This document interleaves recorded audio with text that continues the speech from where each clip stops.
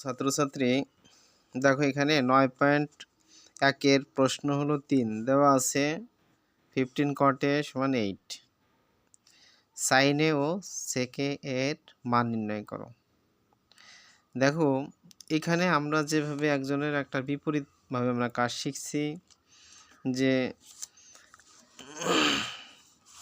শোকাতোয়ার একটু আলোচনা করে নিই। দেখো sohcahtoa S O H, S এ সাইন, ওতে অপোজিট এইচে হাইপোটেনিয়াস, কাতে সিতে কস, এতে অ্যাডজাসেন্ট এইচে হাইপোটেনিয়াস, আর টু আতে ট্যান, টিতে ট্যান, ওতে অপোজিট, এতে অ্যাডজাসেন্ট।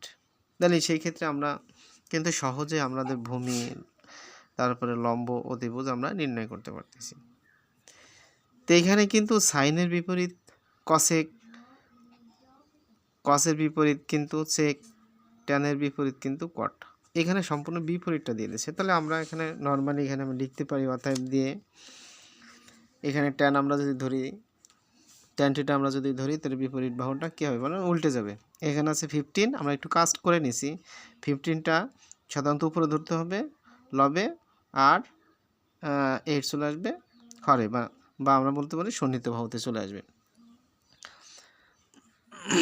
অতএব এ কোণের বিপরীত বাহু আমরা একটু ব্যাখ্যা দেব। এ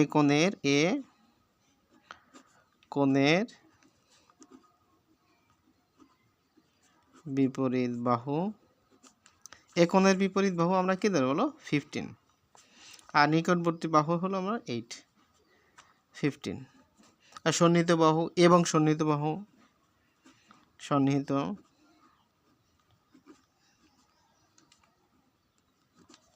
সন্নিহিত বাহু কত বলো, 8। বুঝতে অসুবিধা হলে অবশ্যই একটু প্রশ্ন করো। দেখো আমাদের এই নিয়ম অনুযায়ী, যেহেতু আমরা অলরেডি বের করে ফেলছি আমাদের চিত্রটা, সেই চিত্র অনুযায়ী আমাদের একটা সাইড কিন্তু ব্লাং আছে, যেমন অতিভুজটা ব্লাং থাকে, তাহলে আমাদের এই পূর্বের নাই আমাদের সঠিক যে সূত্রটা পিথাগোরাসে, তার ভাবে লিখব অতিভুজ স্কয়ার সমান লম্ব স্কয়ার প্লাস ভূমি স্কয়ার। দেখো একেবারেই সহজ, আমরা অতিভুজটা বের করার জন্য, অতিভুজটা যেহেতু ফাঁকা, এখানে কোনো মান দেওয়া নাই, সেক্ষেত্রে অতিভুজটা বের করবো, তাহলে আমাদের রুটটা এভাবে চলে আসবে। এবারে আমরা লম্বটা নিব কি বলো, বিসি। ভূমি আছে কত, 8, একবার 8 দিয়ে দেবো, না এবি দিয়ে দিই, এবি স্কয়ার। তাহলে দেখো বিসি সমান আমরা 15 দিতে পারি, 15 পর স্কয়ার, আর এখানে এবি সমান আমরা 80 পর স্কয়ার। দেখো এখানে যদি আমরা করি, তো আমাদের রেজাল্টটা কত আসে, ইসে রুট করলে পরা 15 রুট করলে আমাদের রেজাল্ট আসবে কত,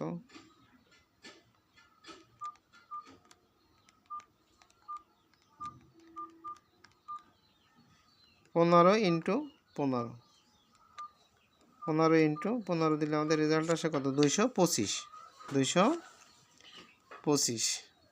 আর আটাটা 64, 60 আর 4 64, তাহলে 64 যোগ 200, তাহলে আমাদের কত আসে 289। দেখো 289 যদি আমরা রুট করি, তাহলে আমরা 17 পাই। এই 17 হলো অতিভুজ। 17 কি বলো, এই 17 হলো অতিভুজ। তাহলে আমরা এই 17 অতিভুজটা আমরা দিয়ে নিলাম। এখন কিন্তু আমরা মোটামুটি একটা সাইড আমাদের বের করা হয়ে গেছে। এখানে মাত্র আমাদের দুইটা সাইড বের করতে বলছে, সেক্ষেত্রে আমাদের একটু কষ্ট করে ওই পাশে যেতে হবে, ঠিক আছে। দেখো এই পাশে আমরা আসলাম, তো এখন আমাদের বের করতে হবে যে সাইন। দেখো সাইনটা যদি আমরা বের করি, দেখো সাইনে আমরা এখানে অবশ্যই একটু সূত্রটা, মানে চিত্রটা আমরা একটু অঙ্কন করে নিই। এ বি সি 15, 8 এবং 17। তাহলে সাইনের বিপরীতটা কিন্তু আমরা জানি। দেখো সাইন সমান আমরা কি লেখা যায়, সাইন সমান আমরা অপোজিট বাই হাইপোটেনিয়াস, মানে লম্ব বাই হাইপোটেনিয়াস আমরা লিখতে পারি। তা আমাদের লম্ব আছে কত বলো, লম্ব আছে বিসি, তাই আমরা ডিরেক্টলি লিখে দেবো। হ্যাঁ, ওই সেগুলো যাব না। 15 বাই কত বলো, 17, এটা আমরা লিখে দিলাম। এবং আমাদের সেকটা কি আছে, সেক একটু প্রবলেম তোমাদের পড়তে হবে।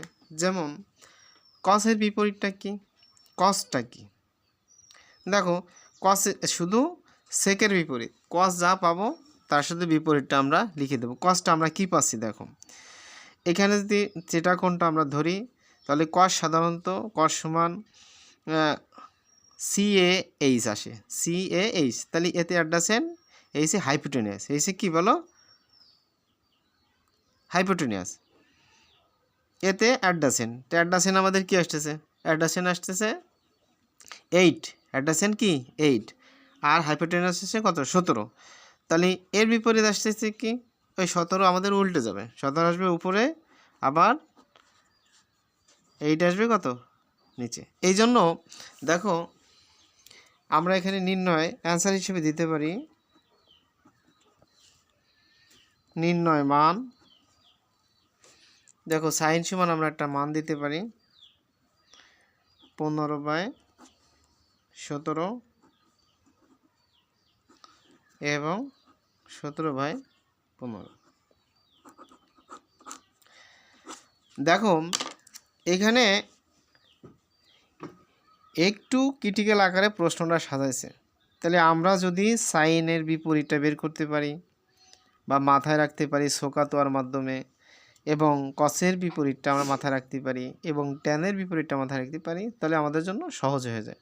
সাইনের বিপরীত কসেক, কসের বিপরীত সেক, ট্যানের বিপরীত কট, ট্যান থাকলে কট বের করা যাবে, তারপরে সেক থাকলে কস বের করা যাবে, এবং কসেক থাকলে সাইনে বের করা যাবে। একটু বুঝে করতে হবে।